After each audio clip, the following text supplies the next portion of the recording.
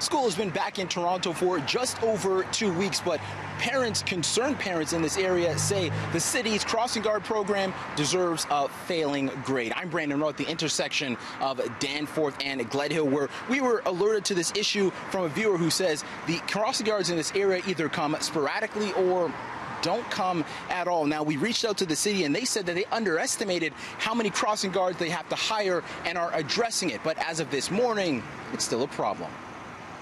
In the video, you'll see that the traffic in the morning is just, it's crazy. Their cars stop. Sometimes they go right through the red light. Cars turning left are honking crazy behind them because they're in a hurry to get to work. And there's no crossing guards. At least this morning, there was no crossing guard. Very unsafe. We've had kids almost hit pretty much every day in the last 2 weeks. Nobody, thankfully, but it's been close calls.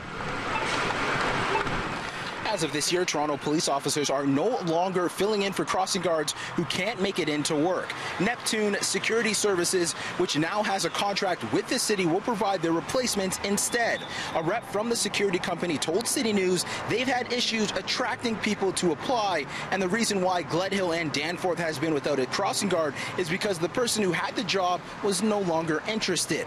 The city has stepped in, bringing in a supervisor on the ground to make sure proper protocol is being done, and an effort is underway to make sure the lack of crossing guards doesn't continue to be a problem. We have a permanent crossing guard coming to this location.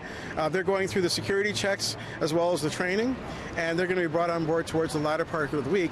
For other locations, Neptune is basically ramping up, so they've got roughly about 100 crossing guards at the ready right now, and there is a big training session actually planned for this weekend where we're going to be working very closely with the police in that process.